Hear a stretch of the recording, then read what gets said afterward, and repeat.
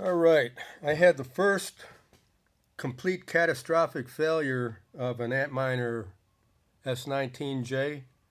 This thing, when it was powered up, the fans weren't even turning on. So I suspect, obviously, it's something to do with the power supply. So let's dig into this thing. I've never had one of these power supplies apart. So let's see if we can see anything in there. Figure out how to get this thing apart. This cover comes off. Got the bus bars up here. Got to make sure that, got to be some pretty big capacitors in there, so make sure that if you're gonna mess around in here, there's no juice left on there before you get into it. There's a bunch of screws. Let's see, there's two for this top cover.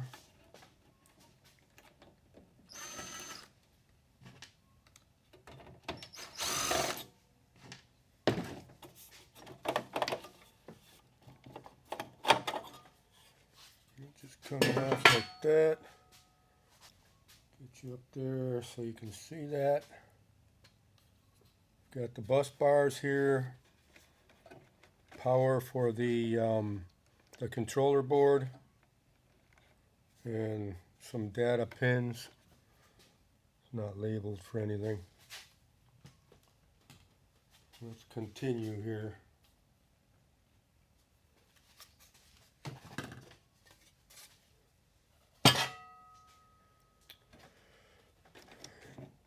Take the connectors off.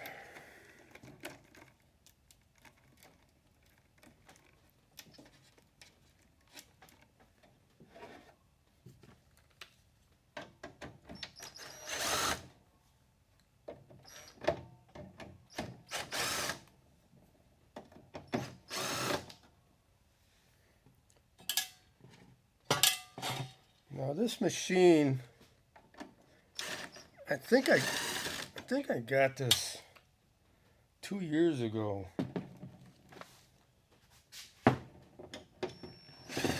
And used, obviously.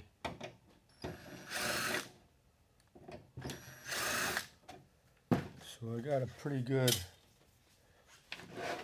good life out of it. Let's see here.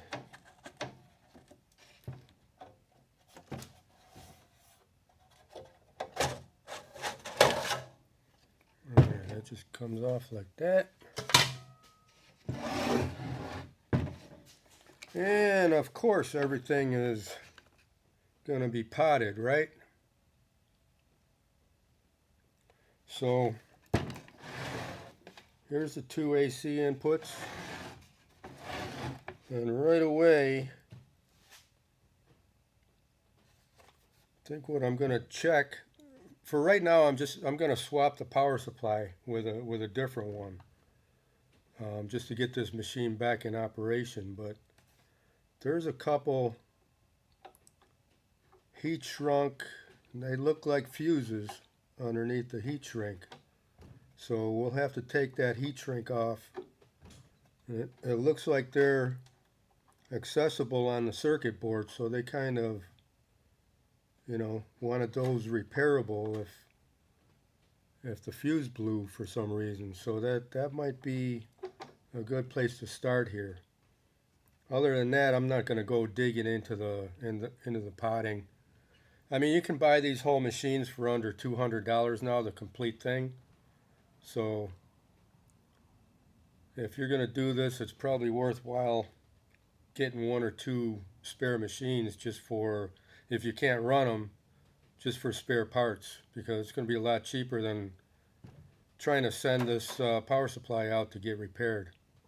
Probably cost you $200 just to get the power supply repaired anyways. Let's see, I'm going to pull the bus bars off.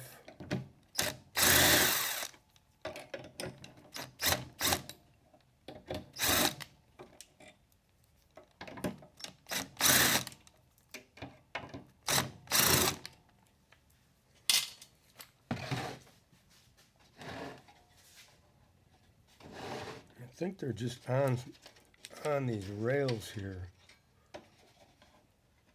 Yeah.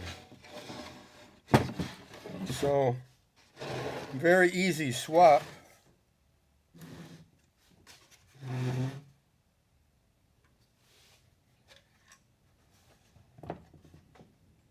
And I'll take some close-ups of what's going on in there.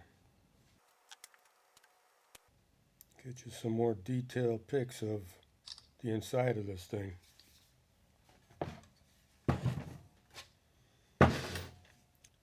So if anybody hasn't seen the inside of a power supply, there's some pictures of what's going on in there. Now we're gonna pull the power supply off of another unit, and hopefully, if everything's all right with the boards, this will be back in operation.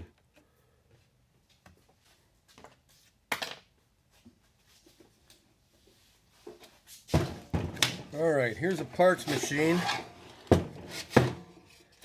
and we're going to go ahead and pull this power supply off of here.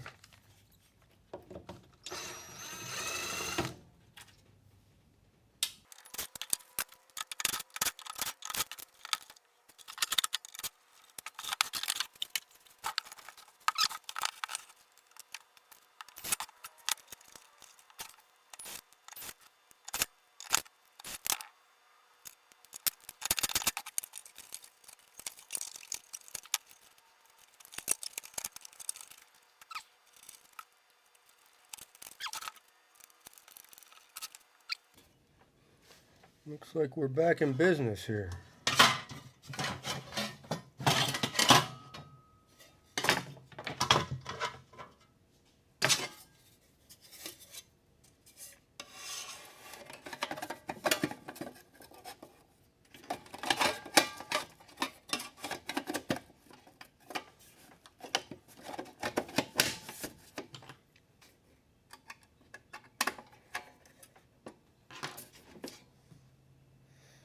All right.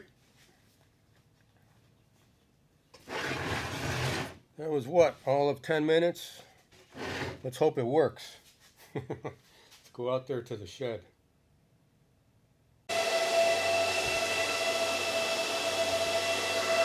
Now these guys are far from being in optimal conditions here,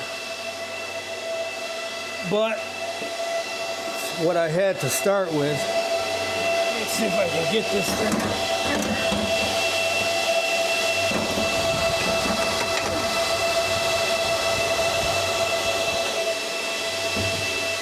Okay.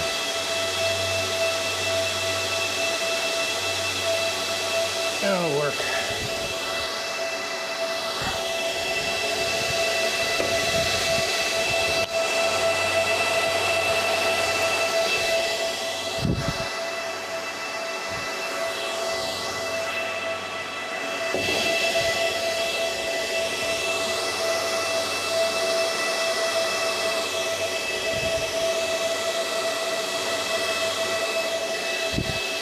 All right, let me hit the breaker and hopefully it turns on. Yes, sir. Whew. Let me get my redneck filtration back on here.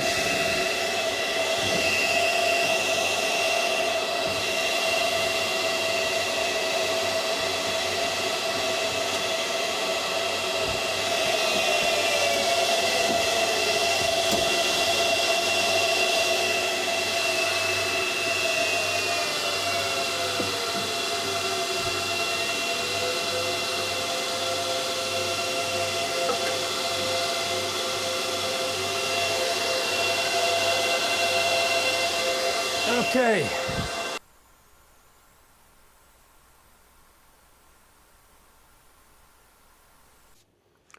All right, now that we're back in business out there, let's take a quick look underneath this heat shrink tubing and see what we got. Hopefully they're fuses.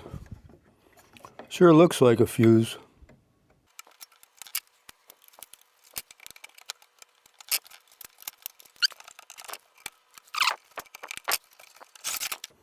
ceramic fuse, so we can't see any blown element, but we'll get in there with the meter.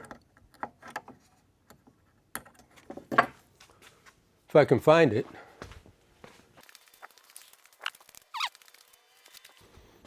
Out in the barn. Maybe in the barn. All right, let's check out the continuity on that fuse. Where'd you go? Over there. That one's good. Now the other one.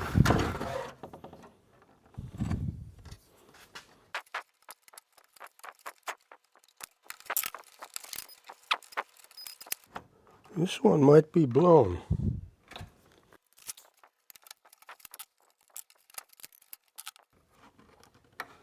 But the question is going to be, why did it blow? Did it just blow because it wanted to blow, or is there some other problem?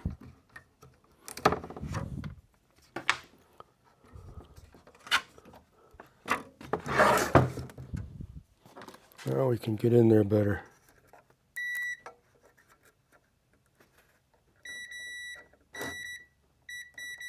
No, it's good. So we got some other problem in here.